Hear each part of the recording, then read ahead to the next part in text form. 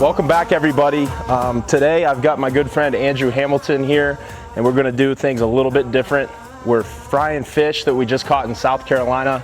Got another good buddy, Ty, that was part of the catching. We won't even call it fishing. We did a lot of catching down there, and we're going to do a raised rub breading on these fish, and we're going to fry them in peanut oil. So let's get started.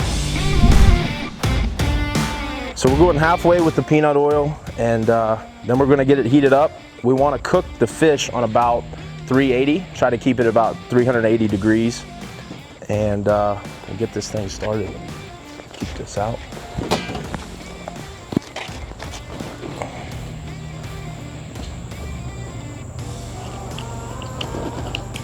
Hopefully my propane tank's got propane in it. It's jammed up, hold on here. There we go. All right, we got the propane tank fixed. We got a dog running into the party here.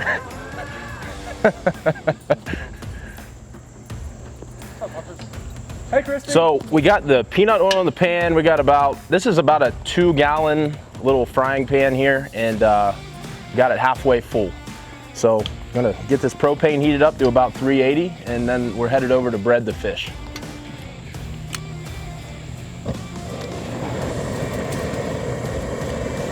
I like to do a little bit of a drier finished product, if you would. I don't really, some people like the beer batter and it's dipped into a, really thick batter.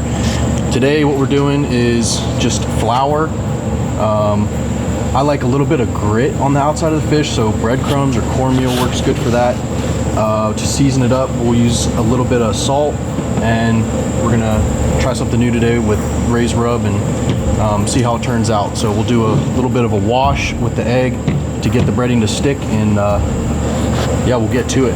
Now it's time to work. So I didn't say it before, but we've got some red snapper from Charleston, South Carolina, and some black bass. The black bass is a little bit more oily, so it's kind of the first time frying black bass, but the snapper should turn out perfect. So we're gonna do, let's use this measuring cup here, and for about every cup that I use of flour, I'm gonna do a 1/4 cup of raised rub.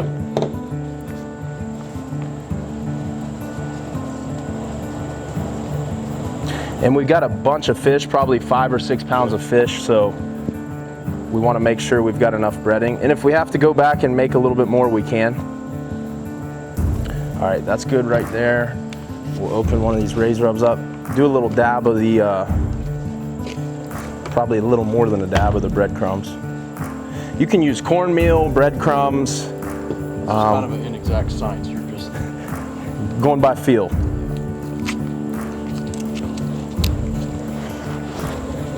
Okay. So we'll measure this out. 1/4 of a cup. And then we actually have 2 full cups of the flour, so I'm gonna do a little bit more of the raised rub. So hands are clean, probably.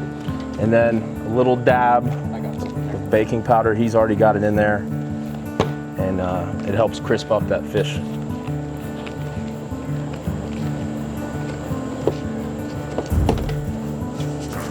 So he notices that he wants a little bit more of the breadcrumbs. You can kind of look at it and tell if it's gritty enough for you. Sometimes it'll look like too much flour. You won't see enough seasoning, and you can kind of add more to it. You guys got enough rub in there? Yeah, so we got a nice hint of raised rub, smelling good. So did we tell him about the eggs? This is just a very simple egg wash. It just helps the breading stick to it a little bit better. I find that I just like to have a little bit more breading on it. So what we'll do is take one of these pieces, go in, get a little on it. And sometimes people say keep a wet hand and a dry hand, so like it's not just a big mess, but whatever.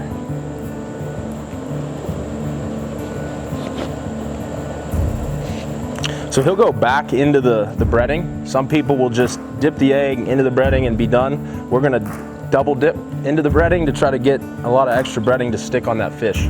So we're actually not gonna bread all the fish right now. We're gonna do enough for the pan. I'm gonna go check this oil. Follow me over here, Tyson. We're gonna check the oil, but I need my thermometer. So I got a nice long thermometer here. I don't wanna touch the bottom. I just wanna keep it in that oil. We got 300.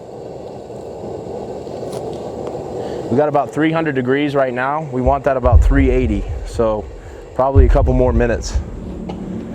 What's up, guys? I'm Ty Mayfield. I was on the fishing trip with Brody and a couple of our other buddies, and I'm just gonna give you a little rundown of what happened. So we caught a bunch of big fish. Shout out to Austin from Riptide. He's a charter there for us. He was awesome, great guy. He knew all the hot spots for us, and yeah, I caught a wahoo. We caught a couple barracudas, a couple kings. That was kind of the trolling experience. We also did some bottom fishing where we caught the black bass, which we're about to cook up here, and some of the snapper, which is a pretty good eating as well. Ty, did you tell him about that wahoo that was about pulled you in the ocean? Yeah, I'd say it was probably about, what, 5 feet? Yeah. Bigger than me? Yeah. Maybe like 4 feet. 4 feet, 4.5 feet. Give me a little fish. credit there. No, he was working hard to get that thing in. Probably, I'd say like 25-minute fight. It was every bit of 20 minutes. I was wearing a long sleeve shirt and I was just soaked after. They were trying to get soaked and covered in scales and all that stuff. Else. They were trying to get pictures and I was like, guys, I'm trying to hold it up here, but I just had a 25-minute battle with this thing. It was a good fish. Yeah, we had a great time. It was a great catch. So. But you gave a shout out to Austin, right? Yeah. Austin, we appreciate it, man. We had a hell of a time, and my oil's smoking right now. Let me turn this down. We've got the fish breaded. The oil is at 380, and we're gonna put these fish in for about 5 minutes. Let's do it. Also, try to keep the fish the same kind of size. You want them to all kind of cook around the same time, so obviously just get them kind of the right size. So we're gonna throw them in this and then dip them into the peanut oil.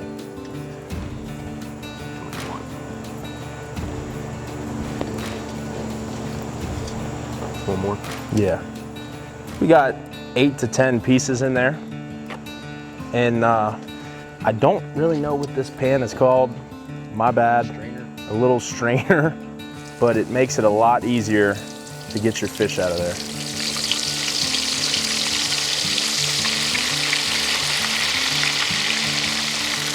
We'll let those go for 5 minutes and see how they turn out.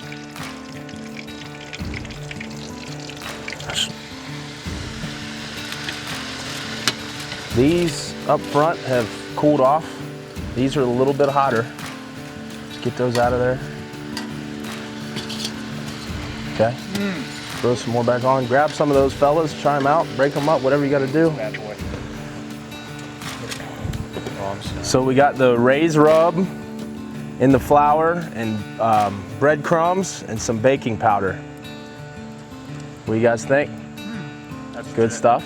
That's good stuff. That's delicious. Please make more.